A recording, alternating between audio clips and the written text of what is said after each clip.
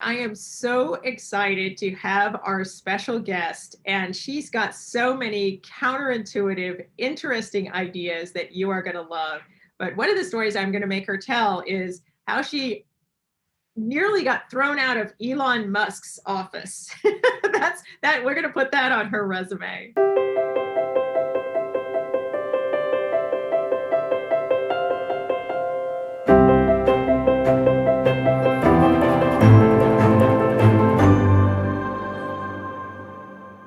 Thank you for joining us, Laura Huang. She teaches at Harvard Business School.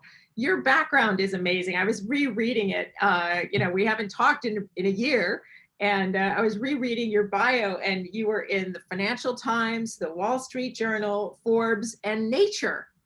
That one made me go, huh? So you've got quite a wide following there. Yeah, no, it's great to see you again, Bonnie. Yeah, and the nature thing, right? You speak about counterintuitive. I didn't think that they'd be wanting to focus on or spotlight some of the things that I studied, but there you go. But yeah, no, happy to be here with you today. Thanks. Okay, so you have to tell the story of how you almost got thrown out of Elon Musk's office. Yeah, no, I actually did get thrown out of his office and then recovered from it. So it wasn't. It is sort of that nearly. I've recovered from it, but yeah, no, I had this meeting with Elon set up a couple of years ago because I was doing research in the private space industry. So I was doing some research on like the emergence of companies, private companies that would send people into space. And of course, Elon is the founder of a company called SpaceX, which is also trying to do this. In addition to Tesla, like just in case there's anybody listening who doesn't know who Elon Musk is, he created Tesla. That's right. And PayPal. That's PayPal, all. Just a couple of unknown companies, but yeah. So he's running sort of PayPal. Or he PayPal was in the past, but he's doing Tesla and SpaceX and other companies. So he's simultaneously running multiple companies, and so we had this meeting scheduled where he wanted to talk about or pick my brain around what I was studying in terms of the private space industry. So this meeting got set up and I prepared tremendously for this meeting because you don't just show up at, the office of the richest man in the world and wing it, right? So I had done so much research and put in lots of effort and hard work. I researched everything about Tesla and SpaceX and PayPal. I knew things about him, all of his kids, right? Everything about his bio. I had even prepared a gift for him because I'm Asian and we never show up at someone's office or someone's house empty-handed. So I put in all of this time and effort and sort of hard work. And I show up at his office and he takes one look at me and he says, "Get out of my office." Like, I hadn't even spoken at this point. He just looks at me and he basically was like, "No, get out of my office, no." And so I'm standing there kind of shocked because not sure what to do. And I start, my reaction to kind of being nervous is sometimes I giggle or laugh nervously. And so I started laughing, which was so embarrassing, right? Like, here I am standing in front of Elon Musk and I'm like nervously laughing. And I have no idea why, but he kind of like looked stunned for a second that I was laughing at him when he was telling me to get out of his office. And he started laughing. So we're both now laughing and I have no idea why he's laughing, but there is research that shows that in times of uncertainty, people mimic the behaviors of others because they don't know what to do. So maybe there's that. But so we're standing there laughing at each other. And I realized in that instant that he's actually not looking at me. He's looking at the gift that I was carrying, which was an unwrapped gift. And I realized that he thinks that it's a product prototype and that I'm an entrepreneur. Wow. So I'm like, oh, of course he doesn't know who I am, right? Of course I'm like showing up at his office and he doesn't know who I am. And I didn't sort of give any introduction, which I should have. And so he looked at me and he said no, because he thought I was an entrepreneur who wanted his money or introductions or resources or something. And this is a man who's probably asked for things all the time, right? His default answer has to be no, right? Because people are always asking for his time, his money, all the things. So I recognize this, and we're still sort of nervously laughing at each other. And so I kind of utter through my laughter, I say, oh, you think I'm an entrepreneur? And he's like, aren't you? And I'm like, and you think I want your money? And he's like, don't you? And then I said something again out of nervousness. Like I basically insult his wealth. Like I was like, oh, well, like I don't want your money. What, like you have money or something? And he thought that was so hilarious because he's obviously very wealthy that I'm insulting him and saying like, you don't have any money. Why would I want your money? That he starts laughing even harder and then invites me into his office. And we end up having the most amazing conversation where we talked about SpaceX, we talked about private space.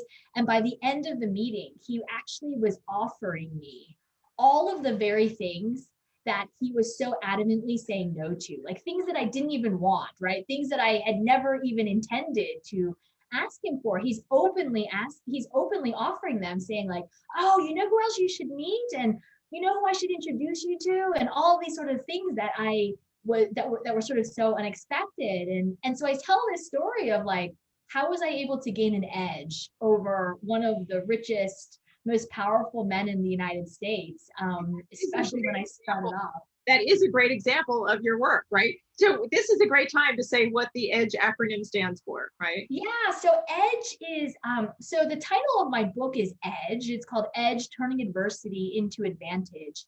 But, oh, thanks, Bonnie. I love the prop. I know, you're not supposed to do that, so I can, right? Yeah.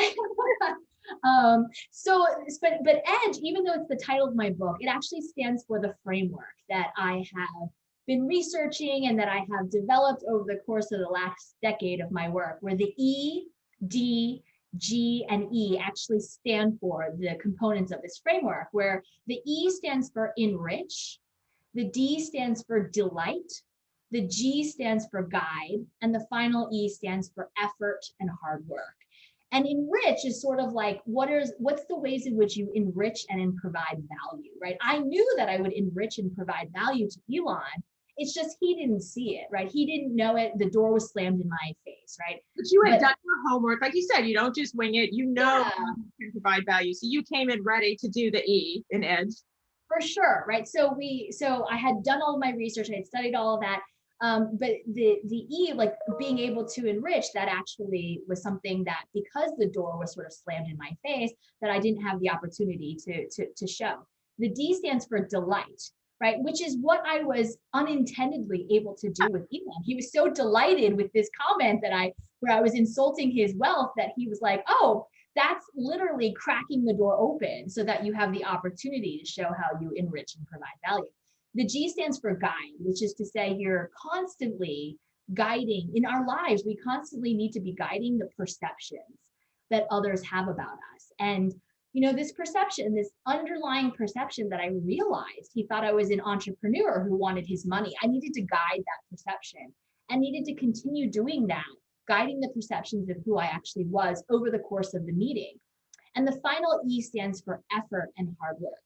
Because the thing is, we often think that hard work comes first, that it speaks for itself, right? I thought that too. I thought I'd put in all this hard work, it'll speak for itself.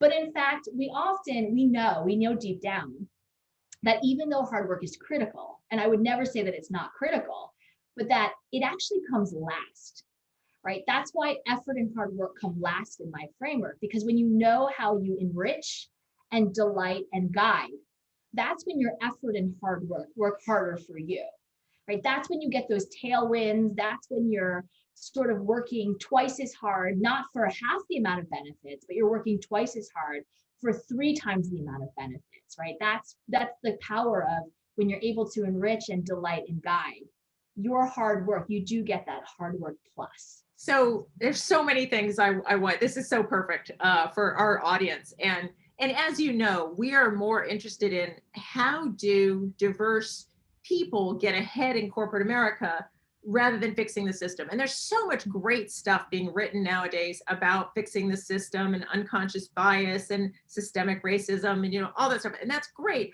But I did this podcast because I noticed there was less and less getting written about how do you navigate before the world's perfect. So love it that everybody's working so hard on trying to reduce friction and, make everything equal and wonderful. But until that happens, which I don't know when that's going to be, we Yeah. still have to navigate an imperfect world. And your work is so spot on in terms of equipping people who are diverse and unusual in different ways to flip something that could be a negative into a positive. Now, in that example that you gave, you realized that he was perceiving you as somebody who just wanted his money, and you addressed that directly. But often you advise people not to be aware of people's subconscious biases. So you quickly suss that out, as that's why he had something against you. But you don't really recommend calling out people's biases, right? Yeah. I mean, so a lot of my work sort of started with what you're saying, right? I had been studying disadvantage and disparities in workplace outcomes and in life outcomes, and people who are underestimated, and was finding that that a lot of these disadvantages and disparities were based on perceptions and attributions and stereotypes and bias and all of those sort of things. And it was these perceptions around all of the typical cast of characters, right? Gender, race, ethnicity, class, sexual orientation, religion, so on and so forth. I know you've even done a lot of work on Yeah. You could be pigeonholed because of your accent. Yeah. For sure, right? There's all of these different factors that contribute to this. And so I was finding that based on all of these different factors, that people were less likely to get promoted, less likely to get raises, less likely to get hired in the first place, less likely to get funding for their ventures. And so I started presenting all of this research, and people would come up to me afterwards and they'd say like, wow, this is like so depressing. Like, are there ways that we can level the playing field? Like, what can we do here? And as you sort of mentioned, all of the solutions that were out there are these systemic or structural solutions, right? Things like, oh, well, let's have more equitable hiring practices, or let's use algorithms to help us with hiring, or let's try and address the leaky pipeline. But I found in my research that it was actually leaving individuals even more frustrated. Like, even though these are all steps in the right direction, that organizations should care about this, for individuals within organizations, they were even more frustrated, because it was like telling them, just wait, we know it's an imperfect system, but wait until we fix it. Like one day it will all be fixed. Yeah. And so there wasn't a lot that they could do from the inside out to kind of help their own situation, as they were being told to just wait. And so the last couple of years of my research and what went into my book was all, how do individuals flip circumstances in their favor? How do we take these obstacles and these constraints and these stereotypes and flip them in our favor so that we can create our own advantage or create our own edge? And what you were saying earlier is absolutely true, is that there are a variety of different ways in which we can actually flip things in our favor. Some are more assertive or like in your face. Others are more implicit and more sort of shaping. And there is sort of a time and a place for both. But what you were sort of saying earlier is that I do find overwhelmingly that the sort of tactic is to go about this by first identifying those underlying assumptions and then shaping and redirecting based on those. And what I mean by that is, you don't go into a situation and say like, I know it's because I'm a woman that you think X, Y, and Z, or I know that it's because you think that I'm, older, or you think that I'm, whatever it is. When you do that, the reaction you're initially going to get is like defensiveness. It's going to be like, oh, no, I would never think that, even if that's exactly what they think. And so in my book, I sort of outline strategies and tips and tactics for how do you shape your circumstances and shape these perceptions in a way that is more benign, but actually more effective as well. So, for example, if you're a woman and you're applying for a job that's very quantitative, and you know that typically people don't think of women as being very quantitative, so how do you address that? So you're saying in the job interview, you don't say, well, I know you don't think I'm quantitative because I'm a woman, right, but I am. So you don't say that. What do you say? Yeah, so what I find, for example, is that there are these lay perceptions, right? The lay perception is like woman equals not quantitative. But actually, what drives these outcomes are underlying perceptions. So, underlying perceptions of, for example, this person's a woman, therefore, they're not as influential, or they don't take as much initiative, right? They don't take as much initiative, or maybe they're not as detailed, right? So there's underlying perceptions that are that sort of lead to this perception that somebody is not quantitative. So let's just take this perception, for example, that I'm a woman, I am not quantitative, even though I have a background in engineering, which I do. My training is in engineering, but that there's this perception of I don't take initiative and I'm not as detailed, right?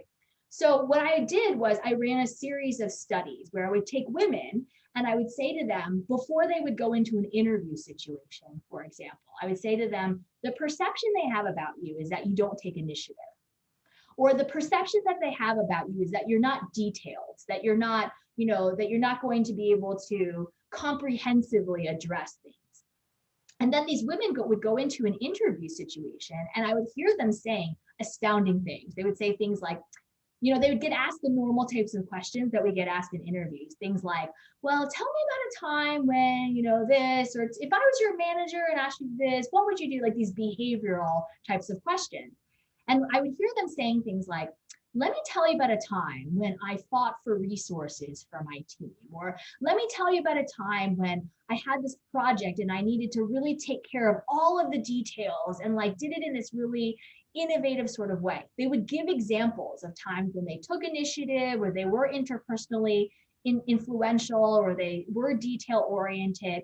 And what I found was that not only were they rated higher in terms of things like initiative, detail orientation, comprehensiveness, they were actually rated higher in terms of things like quantitative skills, things that they didn't even talk about over the course of the interview.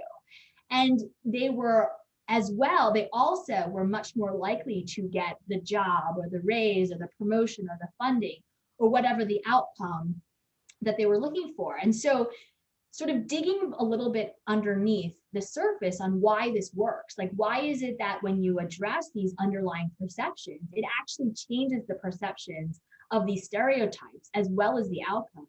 What I found was that what I did was I basically mapped out all of this sort of, as much as I could, perceptions that people have of others, right?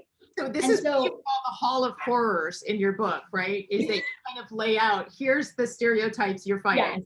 Yes, exactly. Like I have one chapter where I put out all this sort of stereotypes, but I also talk about the perceptions and these underlying perceptions. And so there, not surprisingly, there's positive and there's negative ones, right? So positive ones could be like, oh, this person's really conscientious. This person is really hardworking. This person is really ambitious, right? Like these positive sort of things. But then there are negative perceptions, things like this person is really deceptive, or this person's shallow, this person's not trustworthy.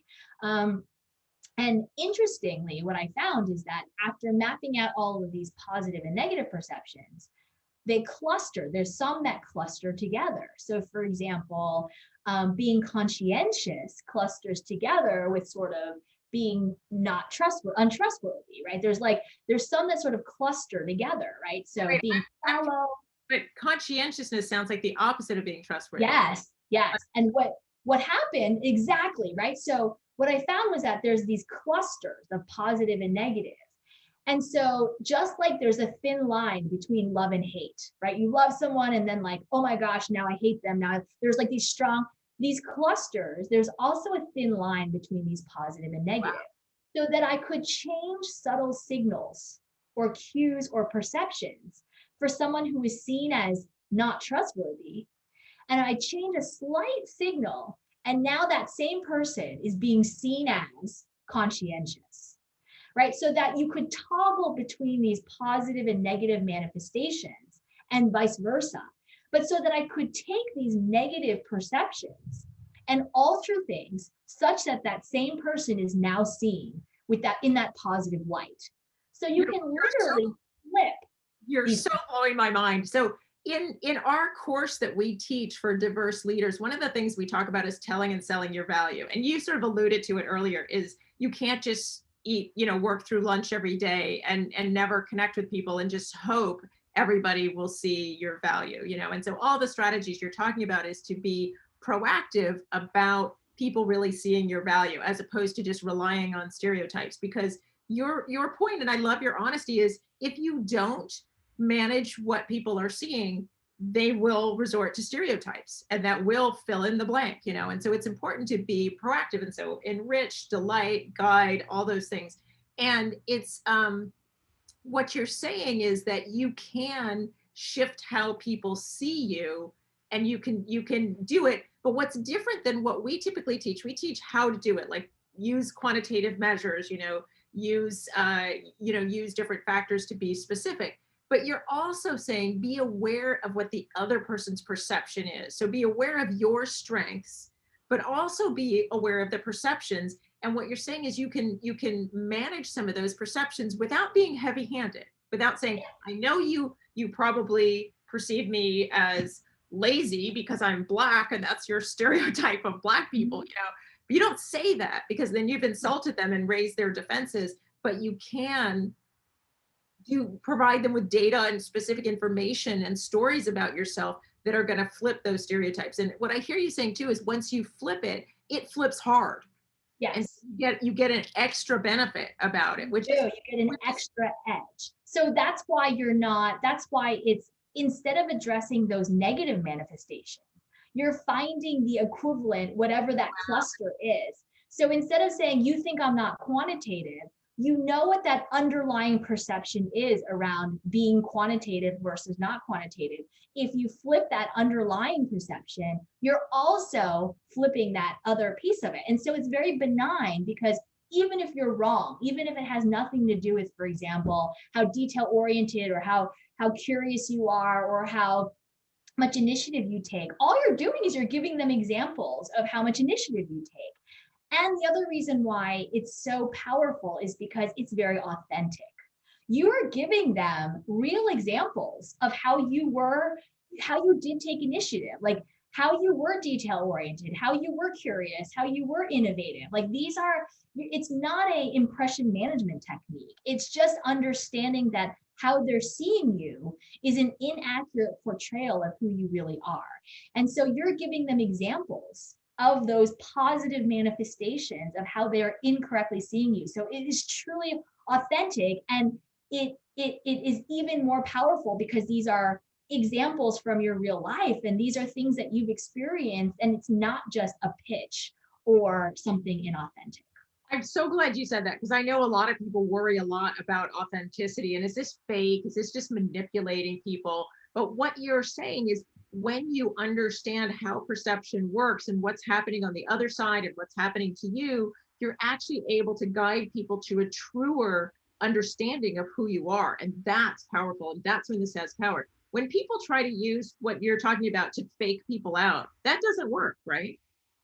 Absolutely. And I think the thing about the first section of my book, right? The whole first section is around the enrich piece, right? Each of these four is a section.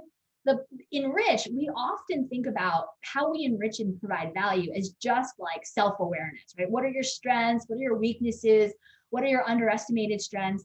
But in fact, what I talk about is that it is those pieces, but what's even more important is recognizing that how you enrich and provide value changes, or the perception of how you enrich and provide value changes based on you change one variable, you change the industry that you're operating in, or the mix of people that you're interacting with. And all of a sudden, those perceptions, those underlying perceptions of how you enrich and provide value have now shifted.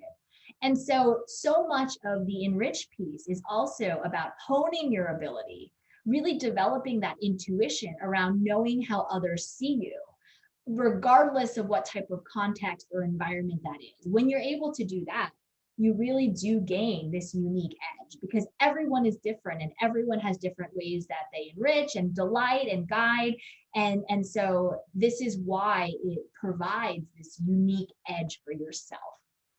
So it's EDGE. And Yeah. tell us a little bit about delight. What is that? Sounds like a funny instruction from a business Yeah. school professor. Yeah, You know, I what mean, do you so mean by delight is really, yeah, delight is such a critical piece of this, right? Because the thing is, we don't always have the opportunity to enrich or show how we provide value because we either don't belong to the right networks or the right groups, or we don't know the right people, or we just don't have the opportunity to do so. And so the door is sort of closed to us. And when you're able to delight someone or delight your customer or your counterpart or whoever you're interacting with, that's the equivalent of being able to crack that door open a little bit so that you can show how you enrich and provide value and be able to guide their perception. So the delight piece is, one way that I sort of explain it is like, think about the very first time that you were in an Uber, right? That you rode in an Uber. And if for me anyways, the very first time, and I know that Uber, like when we say Uber, actually that's how you and I met, which is so funny.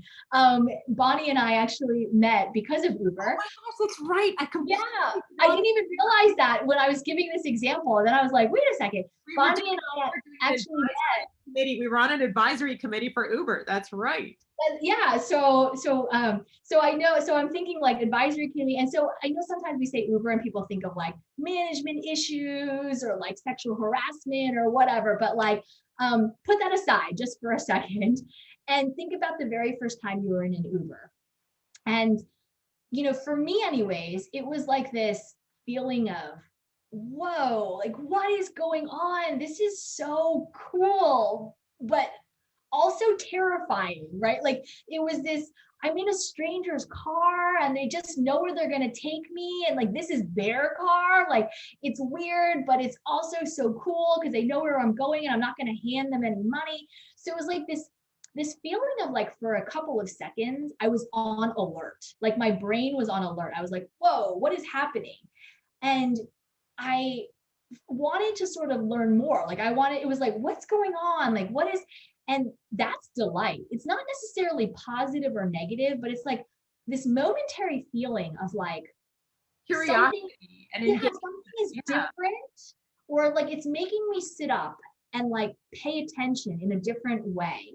Maybe even And being surprised, right? I mean, I go back to the story you told about Elon Musk too. And even though you started laughing because you were nervous, he started laughing too. And it stopped the music in a way, right? And I right, think that's what I'm getting when you say delight. It's yeah, like that's great. energy and don't let things just fall into the pattern of stereotypes and assumptions. And you wake somebody up, right? Totally, totally. And that was the same thing. Like when I sort of insulted his wealth, like he paused for a second, right?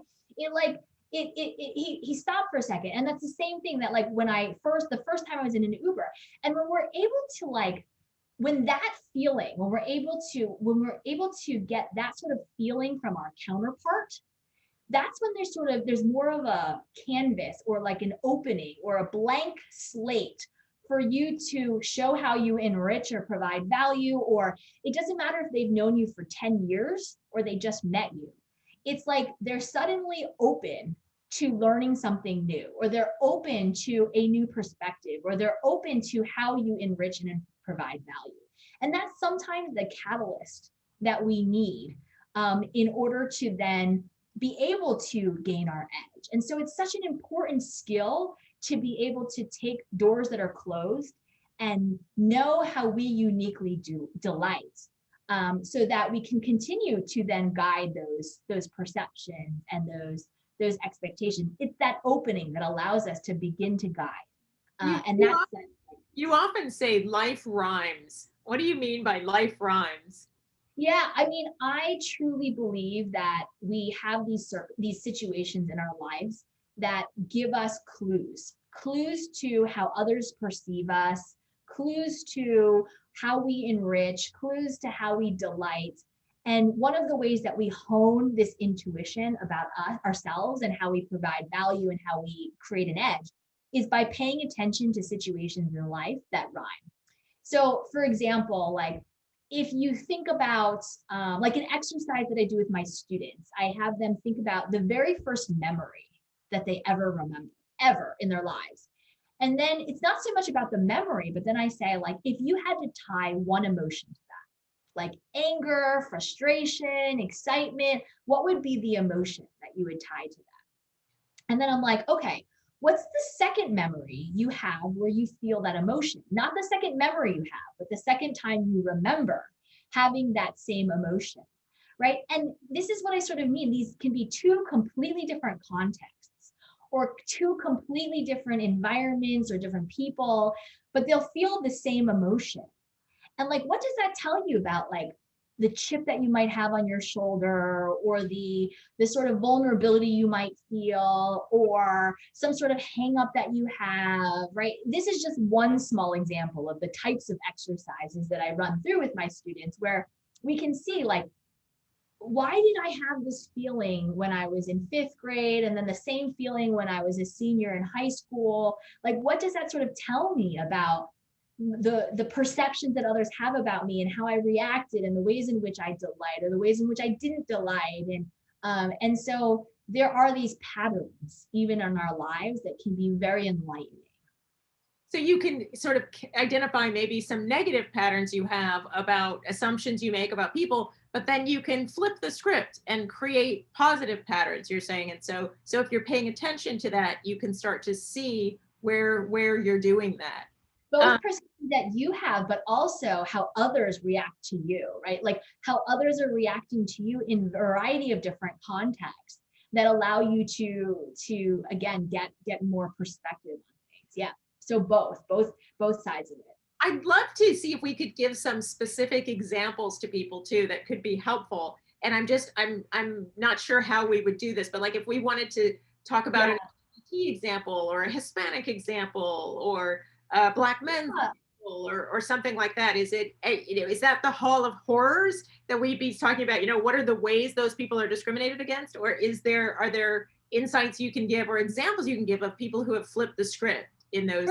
For sure. Yeah. Like, and I'm trying to think, I don't know if I've ever, I'm wondering if we ever talked about this in the past, but, one example that kind of comes to mind that sort of applies to lots of, applies based on gender, people of color, like all of sort of the different like characters that we're talking about, this like hall of horrors that you're talking about. Like, so what I found in my research, for example, is that like based on who you are and what you look like, right, these sort of characteristics around your gender, your race, how you speak, your education, all of these subtle signals, that overwhelmingly in life we're more likely to get asked a certain type of question, right? So if you think about broadly construed, there's two different types of questions out there.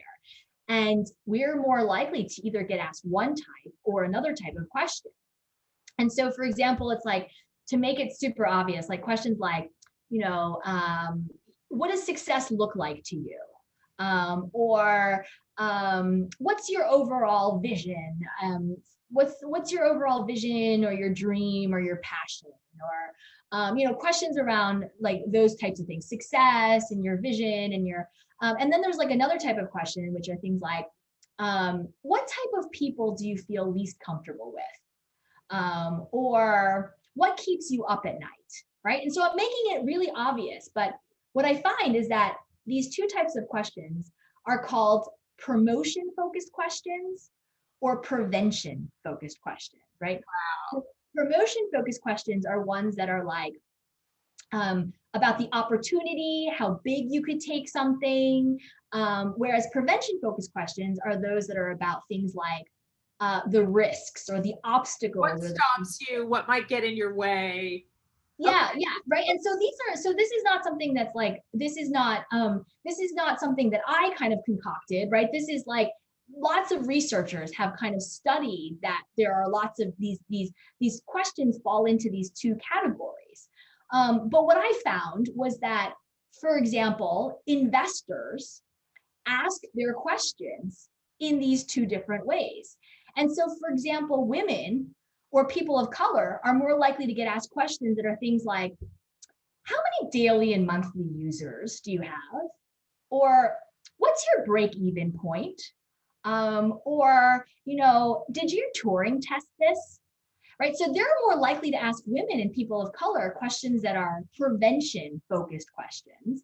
And they're more likely to ask men, for example, questions like, what other milestones are you going for in the next couple of years? Wow. Or what other customer segments do you think that you think would benefit from this? Or where do you take this product in the future? What kind of other product lines do you foresee?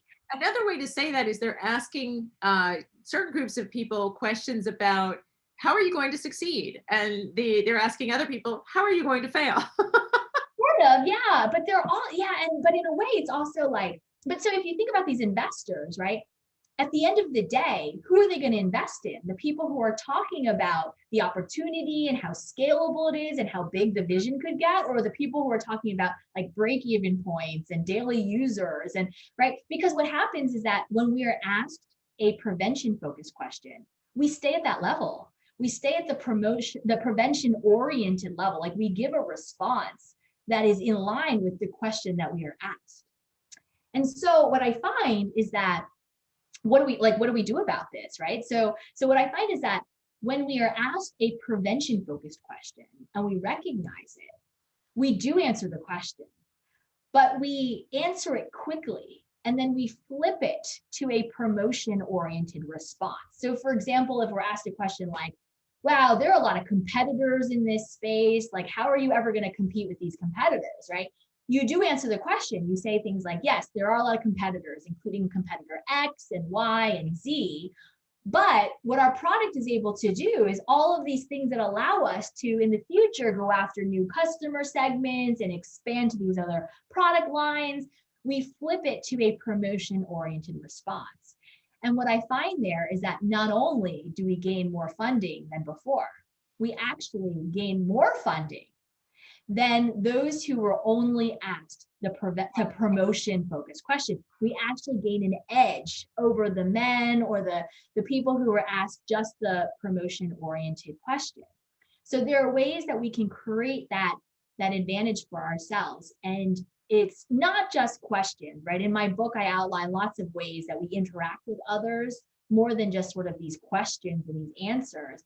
But this is one example of how, based on being a Hispanic male or someone who's really has a lot of technical background, but isn't seen as like this thought leader or whatever it is, that when you recognize these sort of things, you can actually you can be redirecting and shaping things in your favor. You know, it's funny. First of all, we're giving these, I love, and you're at Harvard Business School, so you're thinking about entrepreneurs and getting equity funding, and all these examples. A lot of the people that are probably listening to this podcast are people who work in jobs. So if we could just give that as an example too. The same outcomes apply. Tease it out, Yes, the same things apply in terms of interviews, right? So when I study this, I always sort of study it in terms of lots of different outcomes, right? So it's not just investment, it's getting that raise, getting a promotion, right, getting hired into your performance review at the end of the year. For sure. And so if you're being asked questions that are sort of small and narrow, you can flip the script and talk about tell and sell your value the way that you want to tell it. And the interesting thing is that it works for leaders and teams as well, right? It's not just you're trying to get that raise or you're trying to get that top management team position. What I find is that it's about that interaction. Like imagine, like if you're a leader interviewing somebody, you're trying to do that, you're doing a performance review with your employee or somebody who works for you. If you notice that person is staying very much at the level of the nitty gritty, right? They're talking about like, then I did this and then I did this. If you even ask them things like, and where do you see this going in like the next 3 to 5 years? Or where else could you see this applying? That not only do you have a deeper, richer interpersonal connection with that person, but that person likes you more, they're more likely to respect you, they're more likely to think innovatively and empower themselves to do things within the organization and take chances in positive ways, that there's all sorts of positive benefits that come out of engaging with people in this way. Expanding that conversation. For What it sure. reminds me of too, because I've done a lot of interviews for the media, is that when I go into an interview, I kind of know the points I want to say. So, like you said, if they ask you something that's not what you want to be talking about, you answer that quickly, but then you can flip to what you really want to be able to say. And what you're saying is don't just stick to these small things that are about preventing failure. Talk about, how you're going to really engage success and facilitate success in And vice versa. If you notice someone staying very much at the high level, right, the promotion oriented level, like they're talking about their like overall vision and things, you can ask them, you can say like, yeah, and how do you see this playing out? Like, what are the first 3 things that you would do to try to accomplish that? And when you do that, again, like we get in our teams, people are much more effective, they're much more creative, they think about new ways of doing things, and you do have these like deeper connections with people. I know we need to wrap up soon, but so you have the EDGE acronym. So it's enrich, delight, guide. And then the last one is effort and hard work. And so we talked about how just efforting, working through lunch is not enough. You do need to be knowing what your skills are, knowing what your value is, being able to communicate that, also understanding what perceptions are of you. And so the guide comes into kind of marrying their perceptions with your value and thinking about how to make those connections. But why is the last E effort and hard work? Yeah, I think it's so, effort and hard work come last, right, in this framework, which is to say, like, they're still critical. They're one of the 4, right? Like, I only had 4 letters and I made one of them effort and hard work. So it's still critical. But, the thing is, like, we have such a love affair with like hard work and grit and things like that these days, right? And we think that effort and hard work, like this, the whole, especially for people who are facing perceptions and stereotypes and bias, we're sort of told, put your head down, just work hard. Even if you have to work twice as hard for half the amount of benefits, you just do it because that's sort of what we're taught and what we're told. But when effort and hard work come last, right? When you know how you enrich and delight and guide, that's when your effort and hard work actually work harder for you. That's when you can put in twice the amount of hard work for twice the amount of benefits, or even 3 times the amount of benefits. That's when you get those tailwinds. Another way I would say it too is put your nose to the grindstone, but make sure it's the right grindstone. If you've done those other things first, then you're focusing your efforts in a way that they can see and they can value and they can engage in too. So it's for getting sure. the right grindstone. Right grindstone and knowing where to grind, right? Like the stone's really big. Like make sure you know how to what the way in which you're grinding, the areas that you need to grind, all of the different pieces that come with it. And that's this like recognition around in how you enrich and delight and guide. Well, thank you for all of this practical. It's so funny because you can go from the research I did, like 5 years of research on this to here's a really practical tip you can use tomorrow. And I love that you can span that whole spectrum. And I hope people can tell there's so much more in this that I definitely recommend getting your book so you can see more of the practical strategies and how to turn people's perceptions. And what I've heard you say over and over again too is if people have a negative perception or stereotype around you, when you flip that, the payoff is even better than if they never had it in the first place. That's right. Huge. That's absolutely huge.